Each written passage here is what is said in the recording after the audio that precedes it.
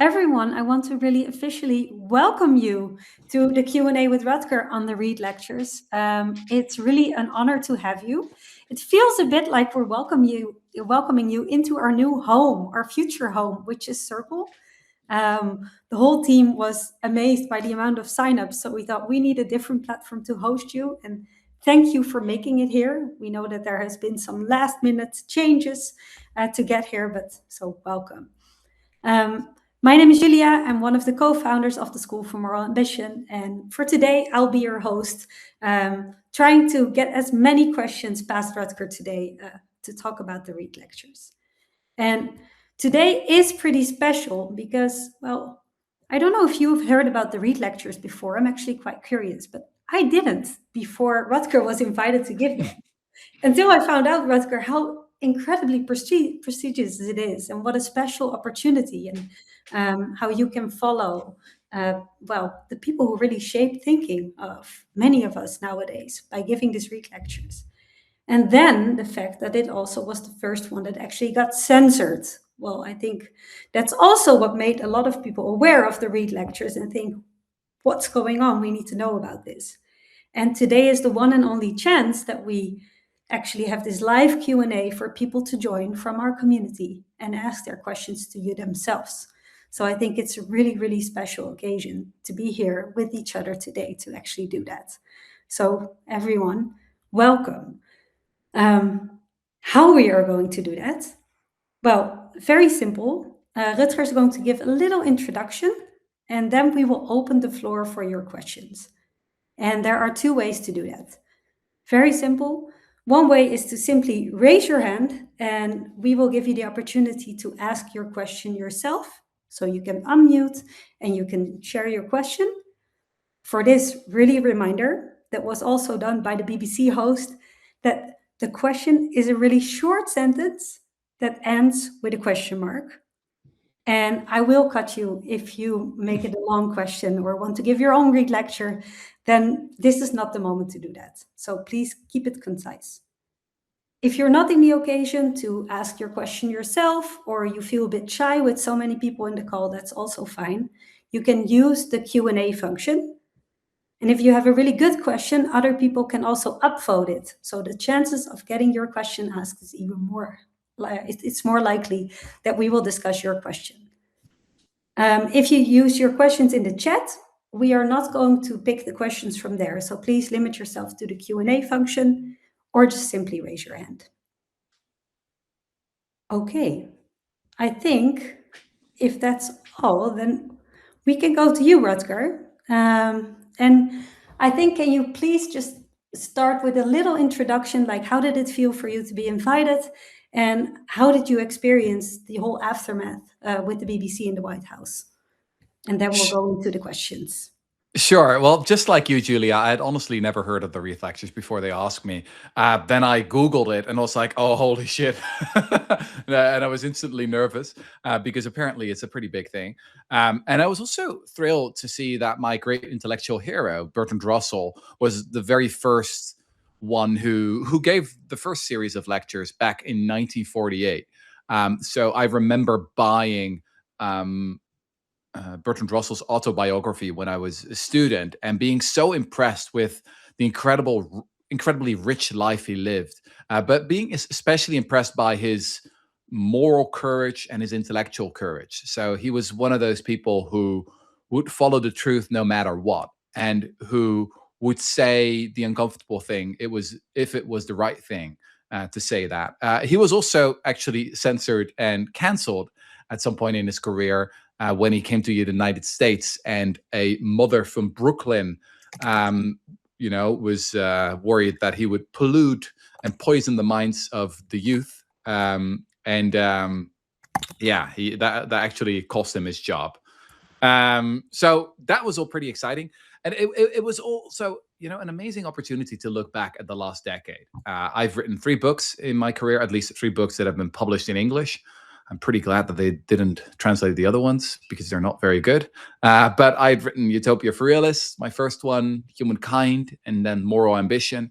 And so these Reith Lectures were a great opportunity to look back on the last 10 years to think about where are we right now, and what's next for us as a species.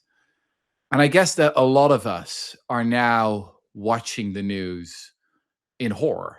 I think a lot of us are pretty scared, and in my view, for good reasons. I am continuously reminded of that moment. You may remember it as well in February 2020. And what I remember about that moment just before the pandemic broke out is that when I looked at my timeline, I basically had two groups of people. On the one hand, I had people I really respected, such as so-called super forecasters, people who specialize in forecasting the future and who have an incredible track record of that. And they were all saying like, stockpile masks right now. This is the real thing. There's a pandemic coming. And then on the other hand, I was, following, the national news, was going to the New York Times.com. And, a lot of people there were saying like, oh, we'll probably blow over. It's a small thing. And don't worry, go to bed. And I very much feel that, early 2025 is similar in two respects. The two respects that I want to talk about. The first one is the technological revolution that we're in.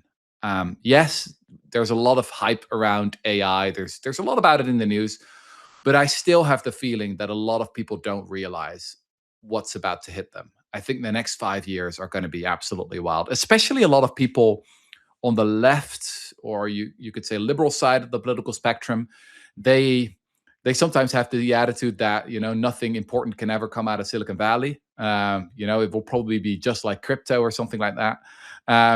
And I really disagree with that. I think that when I use Claude, for example, or any other of the other chatbots, as a professional writer, I am being astounded pretty much every day by the power of this technology and how quickly it is improving. And I think it's gonna disrupt the very nature of humanity. And as I talk about in the last Reith Lectures, I think now is the time to start a broad bipartisan movement to slow this down, basically. I'm deeply worried about both the power concentration, but also about, how this technology is just not aligned with human flourishing. So that's one thing where I feel like, oh my God, what is about to hit us? The other thing is the political developments. So I was recently writing a script on the F word, the fascism word. And for a long time, I was one of those historians who would always, push back whenever people started making comparisons to Germany in the 1930s, because very often I felt that, these comparisons weren't helpful, that there were simply too many differences, and that, the authoritarian tendencies or the far right or the populist tendencies, that it wasn't the same thing. But I have basically changed my mind. If you now look at, the best historians of fascism, you will basically see, well, a couple of things. One, many of them are currently leaving the US. One of them explicitly said that the lesson of 1933 is that you get out sooner rather than later. And what you also see is that some of the greatest experts on fascism have also changed their mind. People like Robert Paxton, for example, who wrote The Anatomy of Fascism. And he's also like, yeah, this is basically it. Especially now with the ICE raids, with them building out, all these deportation centers, how violent it got, how cruel it got. I'll be honest. It is a scary moment we're in right now. And that means we all need to pay attention. That's why I think movements like the one we're trying to build at the School for Moral Ambition are so important, because what they want us to do is to plug out, to be cynical, to just stare at our screens all day, and to think that we can't make a difference. If moral ambition is about anything, it is about providing an antidote to that feeling of hopelessness. What I find so incredible about this community that we're building together is that it is so energizing, right? Whenever people come together, and we now have more than 20,000 members from more than 140 countries, whenever they come together, I think the most important thing that they find is hope. They're like, I'm not the only one who gives a damn. I'm not the only one, who wants to do his or her best to make this world a wildly better place. So Thank you so much for everything you all are doing. Thank you so much for being here today. And let's get going, Julia. Great. Thanks, Rutger. Thanks for the warm introduction. And I see that we have some hands raised, and I want to invite Irene Faustinelli to ask her first question. So, Irene, please be ready. I'm making you a co-host right now. So you will be on the screen. And you should be able to ask your question right now. There you are. And again, please keep it concise as agreed upon. There you go. You're still on mute. Forgive me. Okay. Thank you for. Okay. I have a question. I listened to all the lectures, and they were made in December. And now we are in February, and there was the very surprising speech of Mark Carney in Davos. Okay. So you are always been speaking about little group of people very determined to do something, okay, in good and in evil. That's okay. It happened several times.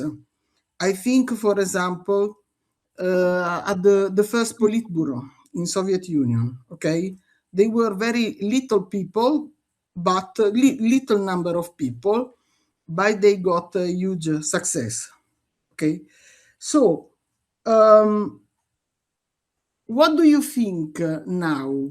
Because Sorry, Carney told what is your question in one the sentence? question is that since we see now on the political scenario, Mark Carney in Canada, Sanchez in Spain, who gave a harsh answer to Elon Musk, okay, what do you think? Are you still convinced that it is necessary to be a little group of people, or should we had better to become a political movement led by good persons that already are in such position?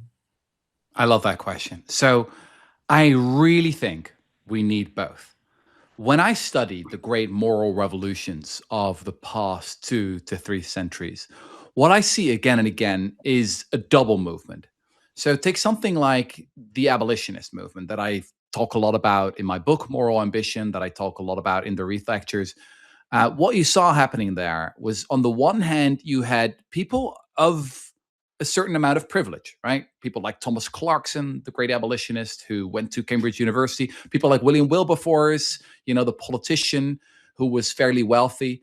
And these were people who actually used what they had, their opportunities, their access to power, their access to certain networks, to kickstart this movement.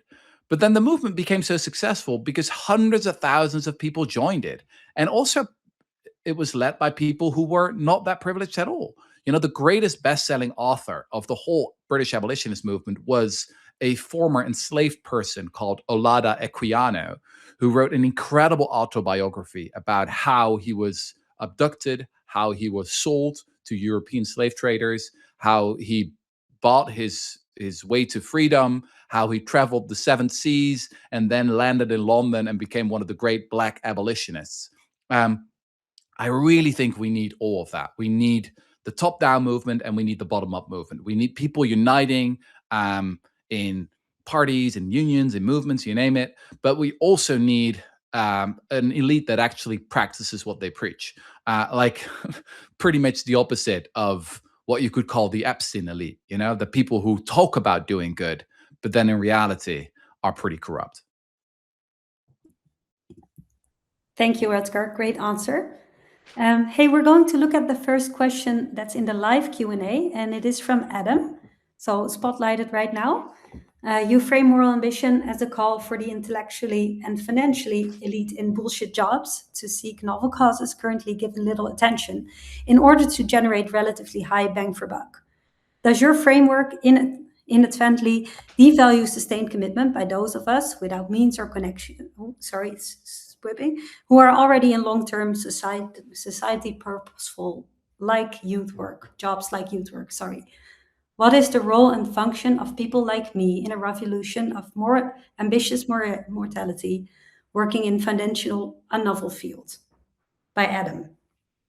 So in all my books, I've been writing about the act of wealth creation. I've always been interested in the question of who are the real wealth creators. So for those who've read my first book, Utopia for Realists, they may remember that story that I told in that book of the garbage collectors going on strike in New York in the late 60s. And then, that strike lasted for 6 days, and then a state of emergency had to be declared because the garbage collectors are so important, right? If they go on strike, then we're all in trouble. And I compared that to a strike of bankers that happened at around the same time in 1970 in Ireland. It's the only strike of bankers that we know of in all of world history. The strike lasted for 6 months, actually. So not 6 days, but 6 months. And nothing much happened. The economy just kept growing. And after 6 months, the bankers came back and said, all right, we'll get back to work. I think the story really illustrates that our conventional view of who the wealth creators are is often upside down. It's often actually the teachers and the nurses and the care workers, those people that we described it as the essential jobs during the pandemic, right? I just feel that they don't need a lecture from Rutger Bregman or anyone else about moral ambition, right? Because they're already the shoulders that carry us all. Now, I do not want to succumb to the tyranny of low expectations. I want to be very clear here.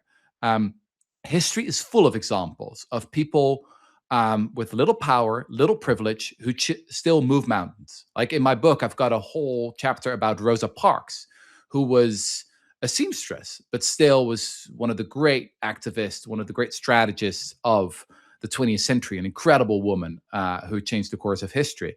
And there are many more examples like that. If I sometimes talk quite a bit about those in the Bermuda Triangle of talent, right, which is consultancy, finance, and corporate law, it's not because I think these people are always so great. It's because I think these people deserve a big kick in the butt, honestly, because very often they're, wasting their talent, they're wasting their time in jobs that don't really add all that much of value. But again, what we need, it's always a double movement. We need basically people with all skill sets and all talents to unite and to take on the most pressing issues that we face as a species. Thank you, Rutger, for your great answer, and Adam, also for your question. We're going to the next live question. That's from Ollie Rankin. Marijn or Ophelia will invite you to be a co-host right now. So Ollie, please prepare. And again, please keep it short and concise. You should be able to ask your question right now.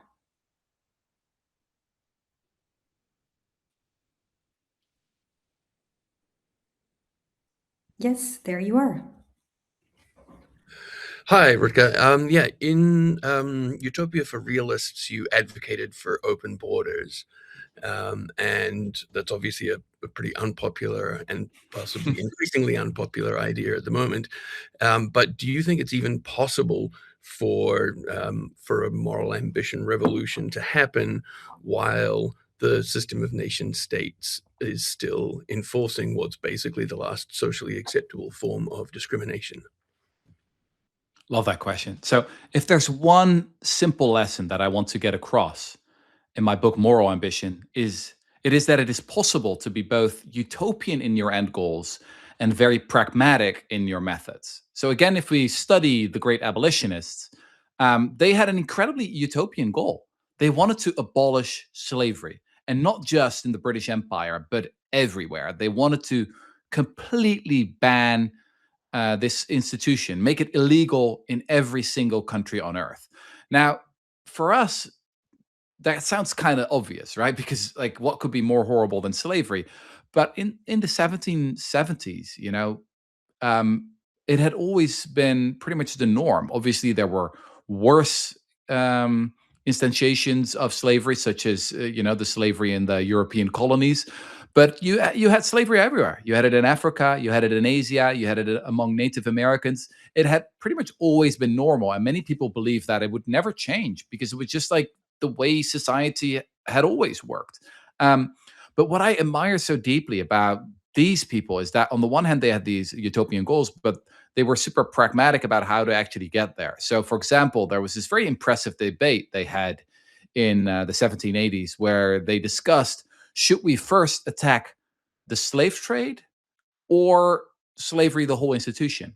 And they made the very pragmatic decision to first focus on the slave trade alone, because that was politically much more feasible. And they also thought, if we first get that done, then it will make it much easier to move on to fighting slavery as a whole. And that's exactly how it worked. And I think that's also how we can think about some of these ideals today. I think we have to recognize that simply a lot of people do not share my cosmopolitan views on immigration, and that therefore it is really important to be pragmatic. If you now say, only shout things like no human being is illegal, you can't be illegal on stolen land, let's just open the borders, I think that would be a catastrophic plan for Democrats in the US right now. I mean, it's very clear that that would be a pretty great way to lose the elections. And it is an absolute moral imperative right now to not lose the elections because we're on the road to fascism. So that is, for me, one of the important lessons of history. You're not a sellout or anything if you're pragmatic. In fact, if you really care about the people and animals who are currently suffering, then you are always laser focused on actually achieving results, and you're not obsessed with your own moral purity. Thank you, Rutger. Amazing answer. Hey, we're going to the question that I think is also really, really important and dear to me. It's raised by Sonia in the Q&A, and I'll spotlight it for you. And she asks you, what is the role of women in the moral revolution? Sonia, I'm 5 weeks before I'm due, and when I read your question, it really resonates. But Rutger, can you speak a little bit more about this? Which role we have to play as women in the moral revolution that you talk about? It's a long question. I'm trying to scan it as quickly as I can.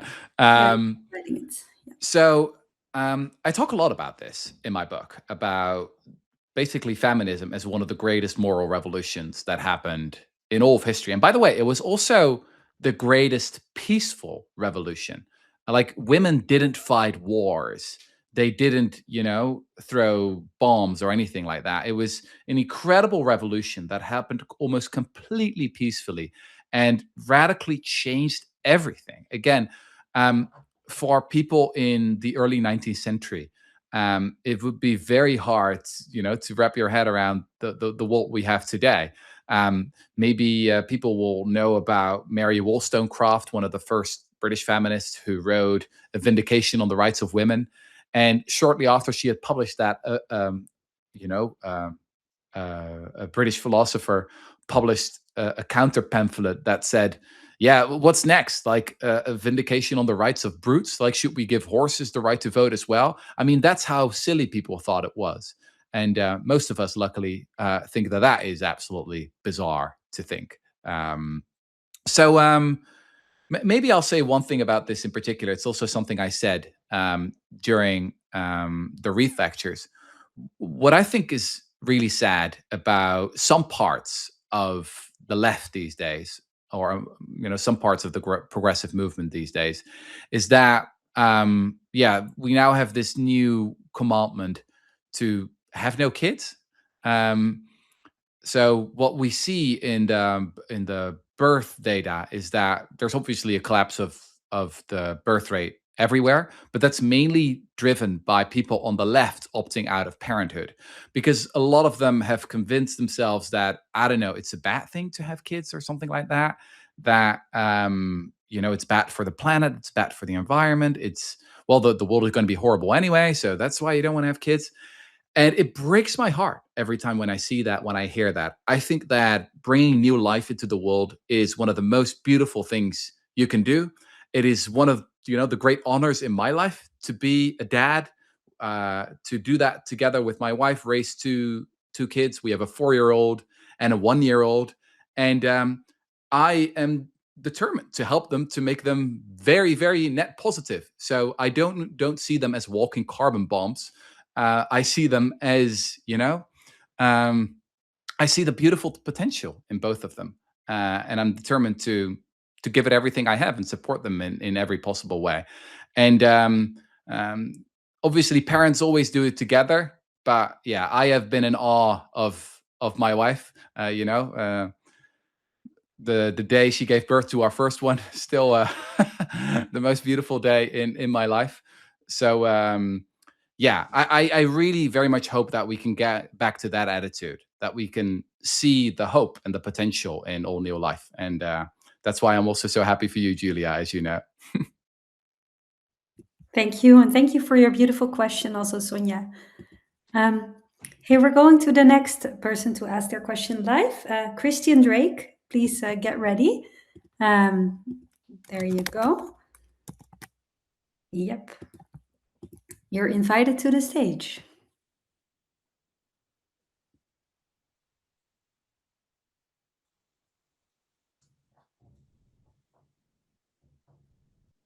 And you should be able to speak now.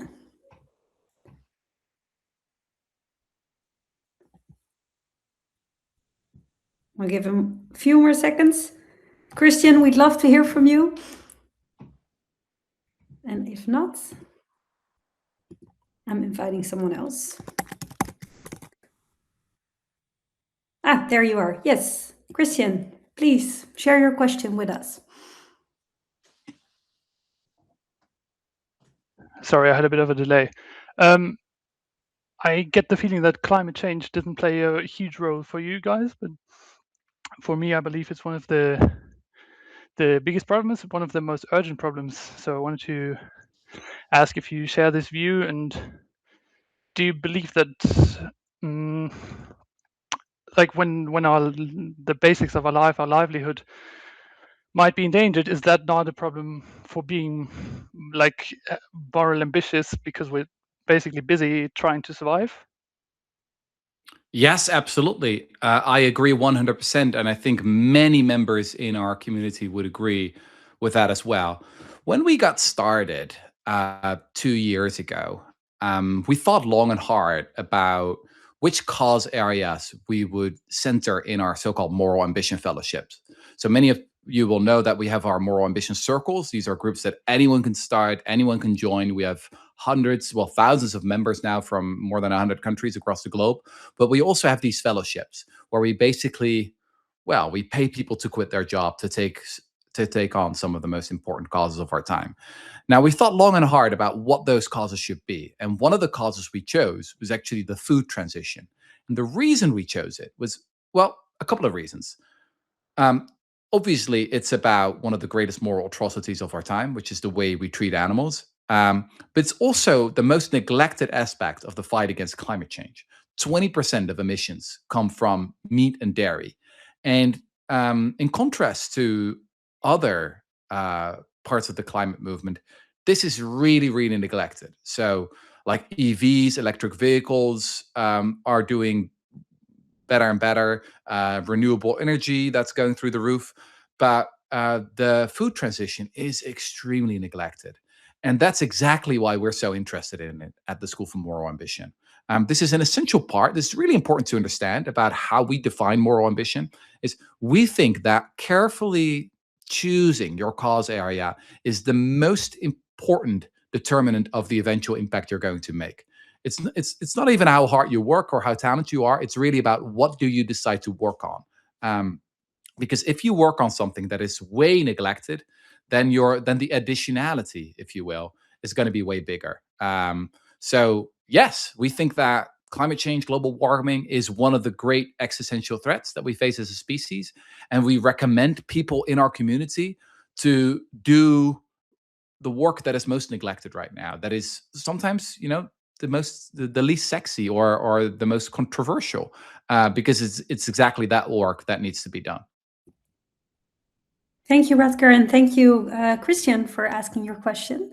Ollie and Christian, please lower your hands so I can see who else has a question. And then in the meantime, we're moving to the live Q&A. And I think this is a really interesting follow-up also when talking about climate change. It's Philip's question, spotlighted now, that you're criticizing the degrowth movement. And he wonders, isn't this morally ambitious?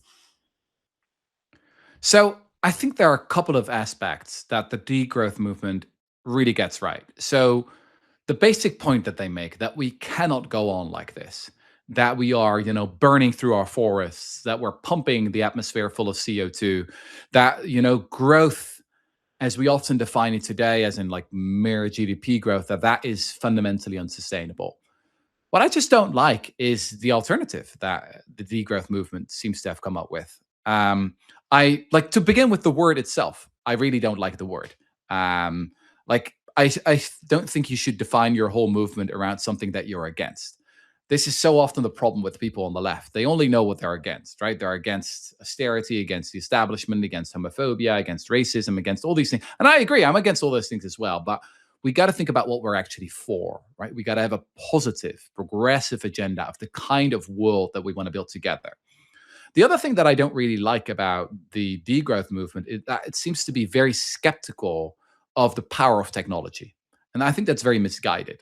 What I try to show in my book is that actually technology can play an enormously important part in the journey of moral ambition, and that, in fact, it already has. Take something like the women's rights movement, right? That wasn't just activists advocating for their rights. It was also brilliant inventors like Josephine Cochrane, who came up with the dishwashing machine and later the washing machine. It was people like Catherine McCormick, the very brave philanthropist, who said, I want women to have the control over their own fertility, and I will fund the scientists who will create that technology. Now, this was so radical in the 50s that no one wanted to finance that. Even Planned Parenthood thought it was too radical. So she found a renegade scientist who had just been kicked out of Harvard, George Pincus. And Pincus said, I can do it. He worked on it for a couple of years. He received millions of dollars from Catherine McCormick. And then they created something called Innovit. Now, Innovit was so radical, so world historical, that today we call it the pill. And that really started with one very brave and determined philanthropist. So those are just some examples of things that I don't really like about the degrowth movement, although I do think that they also get some of the diagnosis of what's wrong with our world today. They get that right.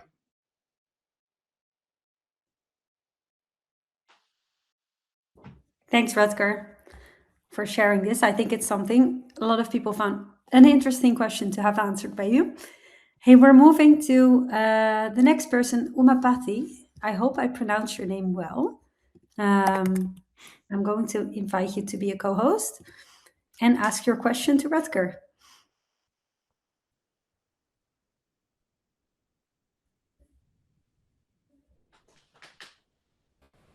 Yes, welcome. You're still on mute, Umapati. Thank you so much for allowing my question.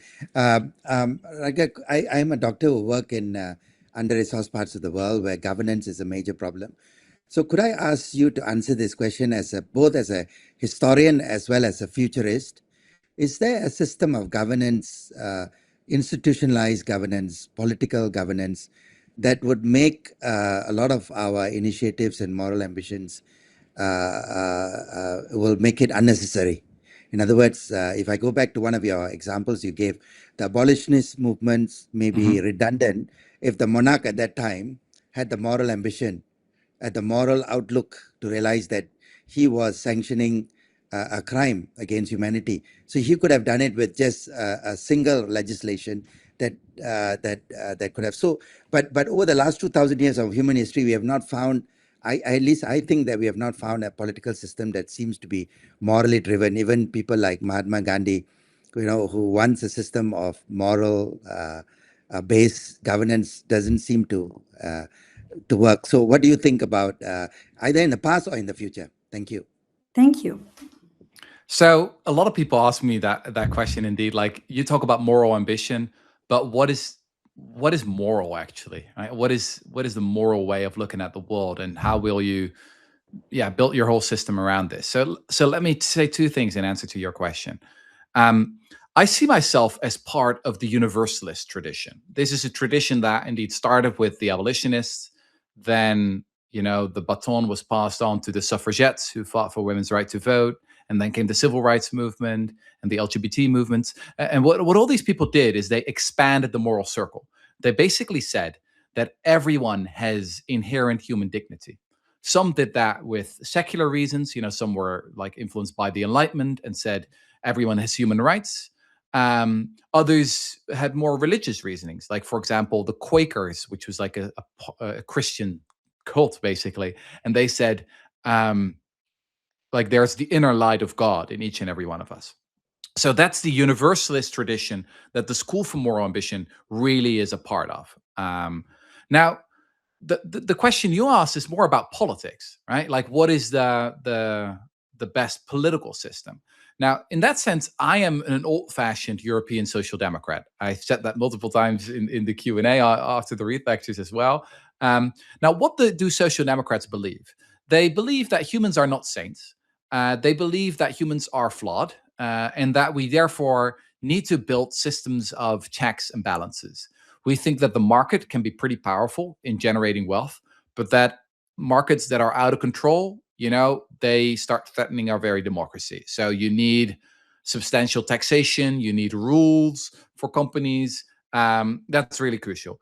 But apart from markets, you also need the government, right? The government is able to provide basic services like healthcare and education, and often will be able to do that in a better way, or at least a more just way than the market will be able to do that.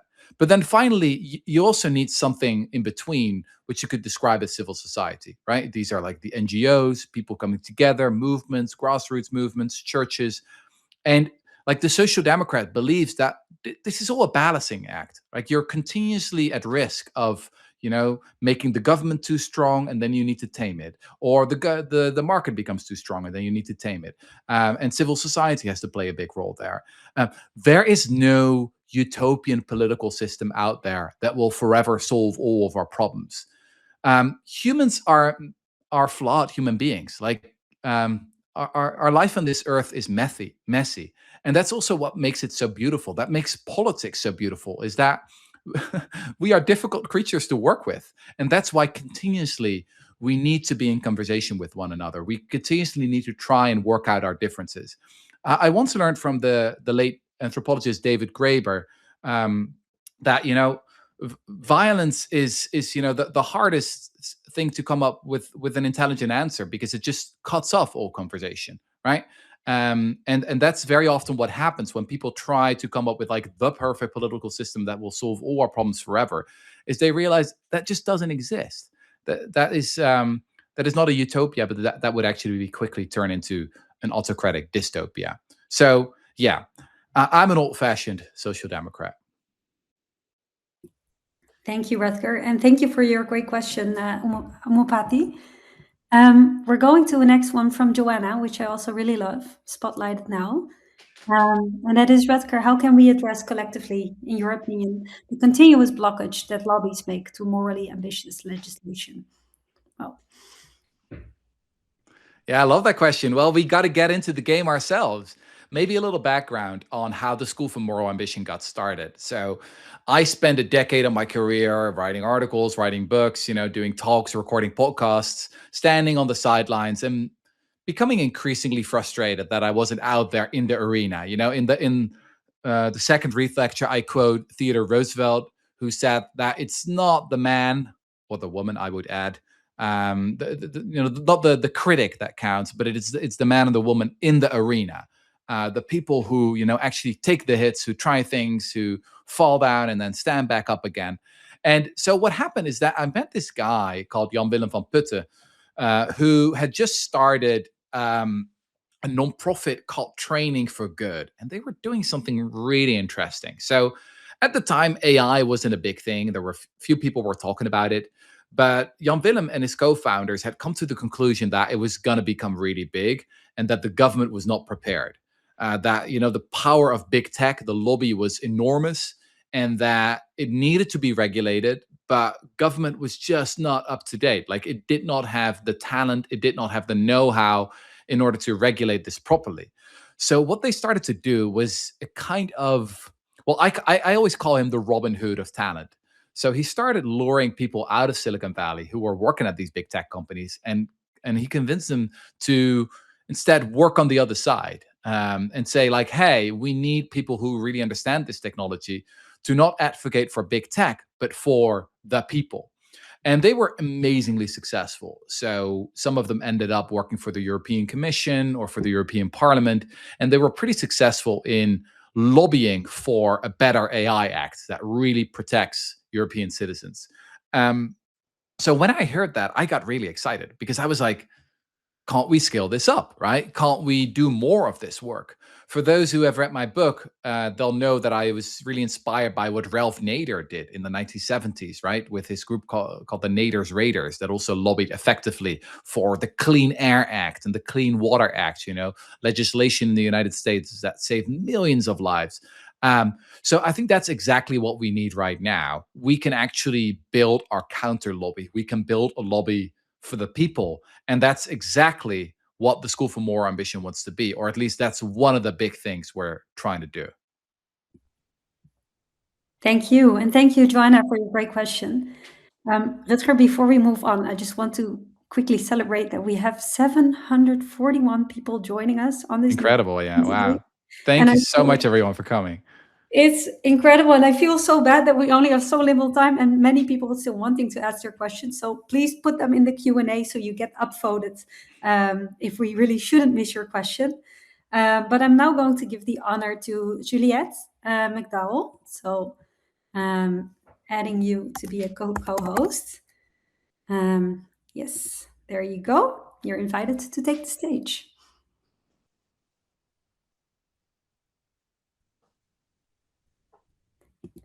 And in the meantime, people can still lobby for their question in the chat. So I would definitely try that out now. I see Juliet's question is also in the chat, but now you can ask it yourself. There you go. Very concise. That's great. Thank you so much. Yeah, my question is in the chat, but I've worked in the development sector for almost 30 years now. And what we've seen over the past year or 2 years is a real divestment from philanthropy, both from the American government, but also European governments. And when I did read your book, while it's very exciting, I kept asking myself, who's paying for this? Yeah, just very concisely, what is your vision about this? Similar to the tech talk that you just gave, yeah, I've opened up a tech company, but when I go in front of investors with my AI for good story, I have to give numbers of how this is even profitable. So I'd like to hear from you. Yep, I can't agree more. This situation is pretty depressing. We've obviously all seen what Elon Musk and his cronies did to USAID, which is one of the most callous, evil things I've seen in a long time. Like, many thousands of people have already died because of that, and many more will in the future. But it's not just been happening in the US. Also, the UK has massively cut its development aid budget. The Netherlands has been doing it. And that's honestly pretty depressing to witness. I also find it depressing to see how few people seem to care about it, including many of my friends on the political left, who are often, who can be outraged when they talk about, I don't know, for example, the way asylum seekers are treated in, once people are already, within our borders. But very often, our compassion or empathy seems to stop at the border, or we don't think all that much about things like malaria that kills 600,000 people every year, or tuberculosis, 1.2 million people every year. I was reading this incredible book by John Green, Everything is Tuberculosis. Highly recommend that book. I was actually reading it on a flight, and I had to stop reading it all the time because, whenever I got to order a drink, I had tears in my eyes. So I was like, oh, can I have a Diet Coke? Very moving book. following just one tuberculosis patient. And at the end of the book, John Green says, like, okay, this book times 1.2 million. And indeed, also philanthropy is really falling short. So there was recently an article on the Giving Pledge, this promise that Warren Buffett and Bill Gates made 15 years ago to, with a group of others, to donate at least 50% of their wealth before they would die. Well, of the original signees, on average, their wealth has grown by 280% in those years. 8 people have died before fulfilling their pledge. And only one couple, John Arnold and his wife, have actually done what they said. So that's depressing. And I think they deserve to be shamed. Some people say that shame doesn't work. Well, I disagree. Shame is a pretty powerful thing. There's a reason why humans are one of the few animals in the animal kingdom that can blush. This is partially what we're trying to do with moral ambition, right? We're trying to make doing good more prestigious. And this is also what we're saying to those people in our community who are wealthy. We are saying pretty directly to them, like, we think you should do more. I was on Swedish television recently where they put me in front of a billionaire, and people can watch this on my Instagram. And, one of the questions I had for this guy is like, why do you do so little, right? You could give away half of your wealth and you would hardly notice it. You would still have exactly the same lifestyle. You should do way more. And that's exactly what we're calling for in this movement. And I am proud to say that we're making some progress, but we need much more of it. Thanks, Rutger. Well, to continue on your last words, let's look at the question from Dean, which I think is something that we struggled with, which says, I love the skill of your ambition and vision. However, that can be a hurdle to momentum, so progress over perfection. How do you reconcile the tension of skill of transformation versus making continuous momentum and change?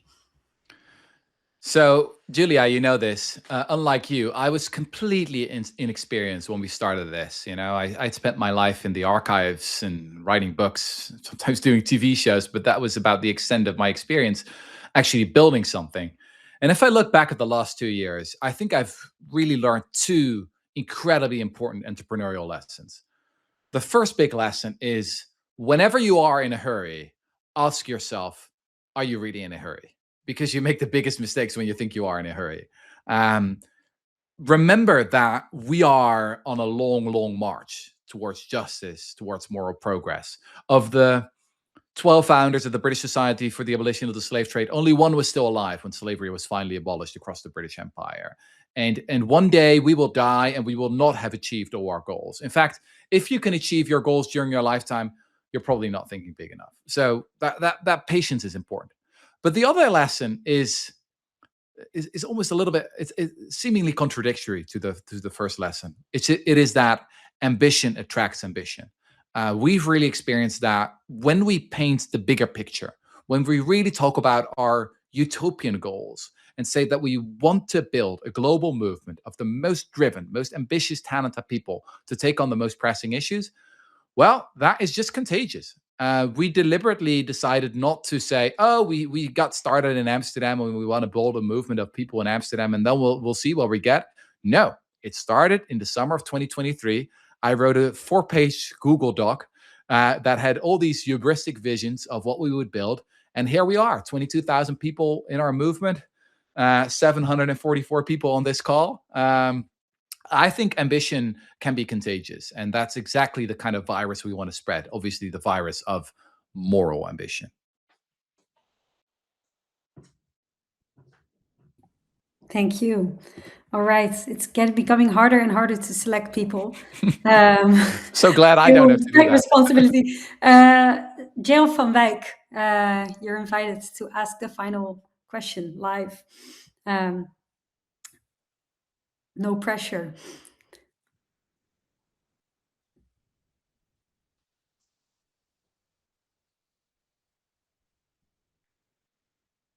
You are still muted.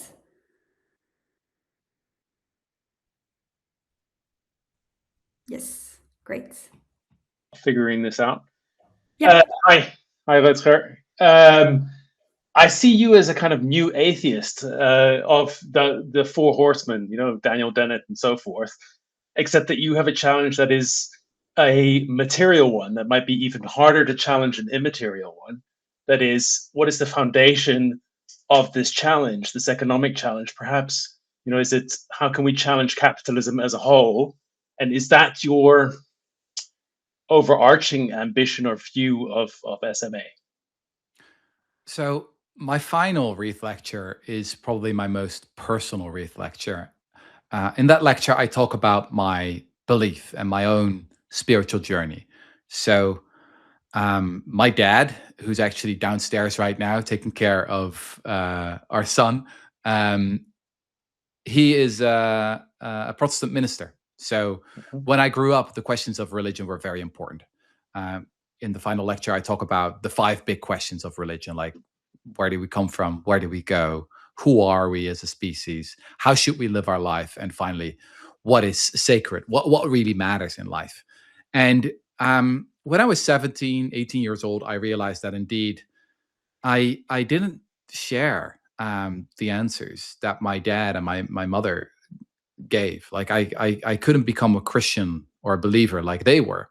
And so indeed, at some point, I think I was 19 and I was, taking a shower. And at some point I realized, God, I don't actually believe. But for some people that may be, a liberating moment. For me, it was actually a pretty sad moment. I felt like I was, um, falling off a cliff, that suddenly the foundation that was always beneath me, that was suddenly gone. So I say this in the final Reith lecture as well. Like if my dad has always used theology to try and find the answers to those big 5 questions, I think my whole career is an attempt to find the answers to those questions in history. And you know what's so interesting, and for me also profoundly moving, is that as I got older, I realized that actually my dad and I converged on pretty much the same answers. And what I also realized is that actually some of the most important movements in history, like the abolitionist movement, were not just motivated by secular Enlightenment ideals around human rights, but they were also profoundly spiritual, profoundly religious. I already mentioned the Quakers, who believed in the light of God in each and every one of us. So I know, I guess that has also made me more humble as a person. And when I now think about these questions, I'm less inclined to think about, okay, what dogma should I believe in? Is this true or is that true? I am more inclined to judge people on the basis of what they actually do to make this world a much better place. It's like Jesus said, right? You judge a tree by its fruits. So yeah, that's basically been my own spiritual journey. And that's also why I think people of all faiths, all background are very, very welcome in the School for Moral Ambition. If they all subscribe to that universalist belief that in the end, we are all precious. Humanity itself is sacred. We all have inherent dignity. And that's why we should try and expand the moral circle beyond the boundaries of our own tribes and our own bubbles. And really try to make this world a much better place for each and every one of us. Thank you, Rutger. I think there couldn't be a better answer to close this session with. And also linking to your final Reith lecture, number 4. That's been really amazing. I also read a lot of people in the chat who really would love to see you more often. And I think it's really great that we have a next session planned coming up in May, where there will be another live Q&A with you, especially for the Moral Ambition community. And also what's really special is that it will be on this platform, which will be our new home a couple of months from now. So we're really, really excited about that development.